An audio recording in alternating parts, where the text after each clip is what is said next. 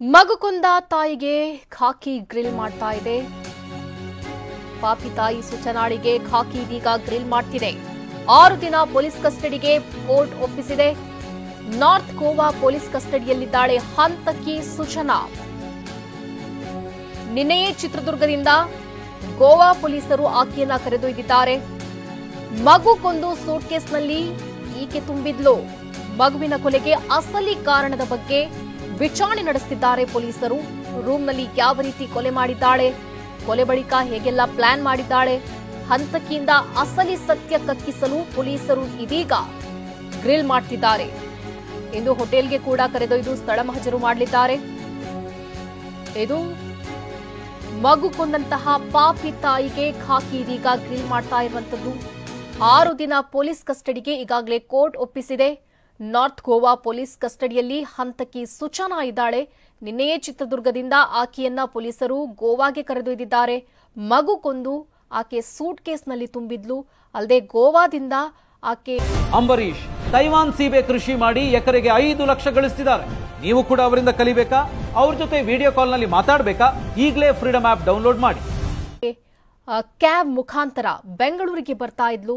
ಇನ್ನು ಚಿತ್ರದುರ್ಗದಲ್ಲಿ ಪೊಲೀಸರು ಆಕೆಯನ್ನ ಬಂಧಿಸಿದ್ದಾರೆ.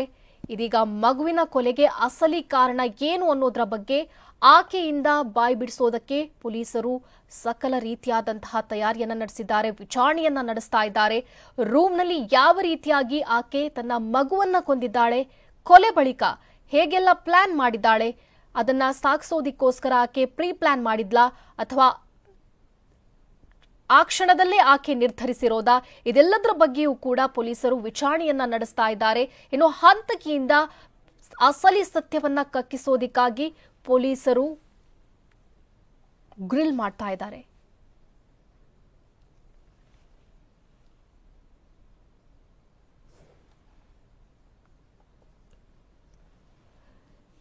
ಇದು ಗೋವಾ ಹೋಟೆಲ್ನಲ್ಲಿ ಹಂತಕಿ ಸುಚನಾ ತನ್ನ ಮಗುವನ್ನ ಕೈಯಾರೆ ಕೊಂದಿರುವಂತಹ ಪ್ರಕರಣ. ನಿನ್ನೆ ಆಕೆ ಮಗುವನ್ನ ಸೂಟ್ಕೇಸ್ನಲ್ಲಿ ತುಂಬಿಕೊಂಡು ಗೋವಾದ ಹೋಟೆಲ್ನಿಂದ ಅಂದ್ರೆ ಹೋಟೆಲ್ ಸಿಬ್ಬಂದಿಗಳಿಗೆ ತಿಳಿಸಿದ್ದಾಳೆ ಆಕೆಗೆ ಕ್ಯಾಬ್ ಬುಕ್ ಮಾಡೋದಿಕ್ಕೆ. ಆ ನಂತರದಲ್ಲಿ ಕ್ಯಾಬ್ನಲ್ಲಿ ಸೂಟ್ಕೇಸ್ ಅನ್ನ ಇಟ್ಕೊಂಡು ಗೋವಾದಿಂದ ಬೆಂಗಳೂರು ಕಡೆಗೆ ಹೊರಟಿದ್ಲು. ಆದರೆ ಹೋಟೆಲ್ ಸಿಬ್ಬಂದಿಗೆ ಅನುಮಾನ ಬಂದು ನಂತರದಲ್ಲಿ ಮಗುವಿನ ಬಗ್ಗೆ ವಿಚಾರಿಸಿದಾಗ ಆಕೆ ತಿಳಿಸಿದ್ದಾಳೆ, ಇಲ್ಲ ಮಗುವನ್ನ ನನ್ನ ಸಂಬಂಧಿಕರ ಬಳಿ ಬಿಟ್ಟಿದ್ದೇನೆ ಅಂತ. ಇನ್ನು ಹೋಟೆಲ್ ರೂಮ್ನಲ್ಲಿ ನೋಡಿದಾಗ ಬಟ್ಟೆಯಲ್ಲಿ ರಕ್ತದ ಕಲೆ ಕಂಡು ಬಂದಿದೆ. ಈ ವೇಳೆ ಪೊಲೀಸರಿಗೆ ಹೋಟೆಲ್ ಸಿಬ್ಬಂದಿ ಮಾಹಿತಿ ನೀಡಿದ್ದಾರೆ. ಆ ನಂತರದಲ್ಲಿ ಕಾರಿನ ಡ್ರೈವರ್ನ ಕರೆ ಮಾಡಿ ಆತನನ್ನ ತಕ್ಷಣವೇ ನೀನೆಲ್ಲಿದ್ಯೋ ಹತ್ತಿರದ ಪೊಲೀಸ್ ಠಾಣೆಗೆ ಹೋಗುವಂತೆ ಸೂಚಿಸಿದ್ದಾರೆ. ಆ ಬಳಿಕ ಆತ ಚಿತ್ರದುರ್ಗದಲ್ಲಿರುವಂತಹ ಪೊಲೀಸ್ ಸ್ಟೇಷನ್ಗೆ ತೆರಳಿದ್ದಾನೆ. ಅಲ್ಲಿ ಪೊಲೀಸರು ಆಕೆಯನ್ನ ಬಂಧಿಸಿದ್ದಾರೆ. ಕಾರ್ನಲ್ಲಿರುವಂತಹ ಸೂಟ್ಕೇಸ್ ಅನ್ನ ಪರಿಶೀಲಿಸಿದಾಗ ಸೂಟ್ಕೇಸ್ನ ಒಳಗಡೆ ಮಗುವಿನ ಮೃತದೇಹ ಪತ್ತೆಯಾಗಿದೆ. ಇದು ತನ್ನ ಕೈಯಾರೆ ತಾನು ಹೆತ್ತು ಹೊತ್ತು ಸಾಕಿರುವಂತಹ ಮಗುವನ್ನ ಈ ಕ್ರೂರಿ ತಾಯಿ ಕೊಂದಿರುವಂಥದ್ದು. ಇವತ್ತು ಈಕೆಯನ್ನ ವಿಚಾರಣೆ ನಡೆಸಿದ್ದಾರೆ ಪೊಲೀಸರು. 6 ದಿನ ಪೊಲೀಸ್ ಕಸ್ಟಡಿಗೆ ಕೂಡ ಈಕೆಯನ್ನ ಒಪ್ಪಿಸಲಾಗಿದೆ. ನಾರ್ತ್ ಗೋವಾ ಪೊಲೀಸ್ ಕಸ್ಟಡಿಯಲ್ಲಿ ಸದ್ಯಕ್ಕೆ ಹಂತಕಿ ಸುಚನಾ ಇದ್ದಾಳೆ. ನಿನ್ನೆಯೇ ಆಕೆಯನ್ನ ಚಿತ್ರದುರ್ಗದಿಂದ ಪೊಲೀಸರು ಕರೆದೊಯ್ದಿದ್ದಾರೆ. ಮಗುವನ್ನ ಕೊಂದು ಸೂಟ್ಕೇಸ್ನಲ್ಲಿ ಹಾಕಿದ್ಲು. ಯಾಕಾಗಿ ಈ ಕೊಲೆ ಮಾಡಿದ್ದಾಳೆ, ಕೊಲೆಗೆ ಅಸಲಿ ಕಾರಣ ಏನು ಎಂಬುದರ ಬಗ್ಗೆಯೂ ಕೂಡ ಪೊಲೀಸರು ಇಂಚಿಂಚು ಮಾಹಿತಿ ವಿಚಾರಣೆಯನ್ನ ಮಾಡಲಿದ್ದಾರೆ. ರೂಮ್ನಲ್ಲಿ ಯಾವ ರೀತಿಯಾಗಿ ಕೊಲೆ ಮಾಡಿದ್ದಾಳೆ, ಉಸಿರುಗಟ್ಟಿಸಿ ಕೊಲೆ ಮಾಡಿದ್ದಾಳೋ ಅಥವಾ ಬೇರೆ ಯಾವುದೇ ರೀತಿಯಾಗಿ ಕೊಲೆ ಮಾಡಿದ್ದಾಳೆ ಎಂಬುದರ ಬಗ್ಗೆ ಎಲ್ಲಾ ಮಾಹಿತಿಯನ್ನ ಪೊಲೀಸರು ಇವತ್ತು ಕಲೆ ಹಾಕಲಿದ್ದಾರೆ. ಜೊತೆಗೆ ಕೊಲೆ ಬಳಿಕ ಹೇಗೆಲ್ಲ ಪ್ಲಾನ್ ಮಾಡಿದ್ದಾಳೆ, ಇನ್ನು ಆಕೆಯೂ ಕೂಡ ಸಾಯೋದಿಕ್ಕೆ ಅಂದ್ರೆ ಆತ್ಮಹತ್ಯೆ ಮಾಡೋದಿಕ್ಕೆ ಪ್ರಯತ್ನ ಪಟ್ಟಿದ್ದಾಳೆ ಅನ್ನುವಂತಹ ಮಾಹಿತಿಯೂ ಲಭ್ಯ ಆಗ್ತಾ ಇದೆ. ಅಸಲಿಗೆ ಕಾರಣ ಏನು ಕೊಲೆ ಮಾಡೋದಿಕ್ಕೆ, ಇದೆಲ್ಲದರ ಬಗ್ಗೆಯೂ ಕೂಡ ಇವತ್ತು ಪೊಲೀಸರು ವಿಚಾರಣೆಯನ್ನ ನಡೆಸಲಿದ್ದಾರೆ.